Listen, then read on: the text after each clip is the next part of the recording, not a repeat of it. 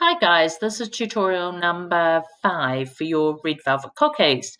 So in this tutorial, we are going to be looking at selecting appropriate materials, components, tools, equipment, and later we'll look at applying techniques and processes to make your prototype. So that is task 3 in your workbook.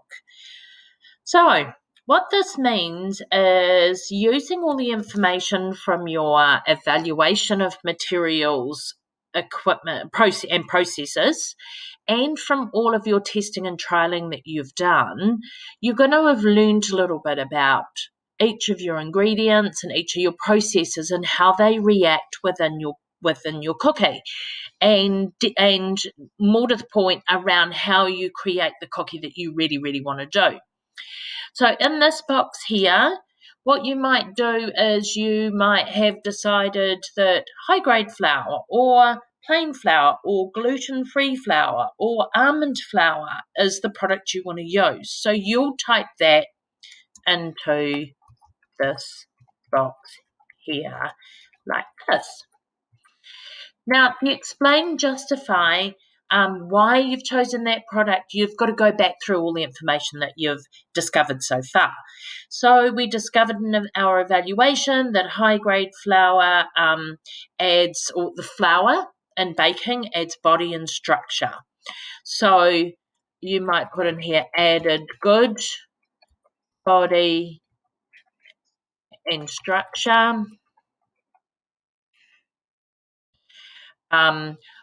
Liked the way the cookie looked. All stakeholders liked this cookie best. So it's as simple as that. You're just going to do a little explanation in here, drawing from a couple of different areas. Obviously, your opinion doesn't count. But yeah, so you're going to do that in there. Now, your fat, of course, is your butter, your oil, your coconut oil, whatever that you used. Your sugar is your combination of brown and white, or did you just use white, or did you use coconut sugar? And the colouring, of course, is your gel, your liquid, or your beetroot. Now here for the processes, weighing and measuring, you're going to put here whether you used cups and spoons or whether you use scales. And in that you're going to talk about things like, I used the scales because I found I got a more accurate, consistent result every time. I also felt that the balance of flavours was really good. So here you might talk a little bit about personal experience. It was not as quick using scales as it was using measuring cups, and I ended up with more dishes.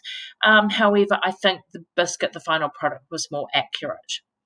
The mixing, you're comparing things like mixing by hand, creaming the butter and sugar in the cake mixer, just stirring the ingredients together, but all of the other different methods you used. Now the shaping, you're going to talk about, did you just use a spoon or did you weigh them and then roll them into balls? Did you press them before you put them in the oven? Did you chill them and then cook them, or cook them from fresh?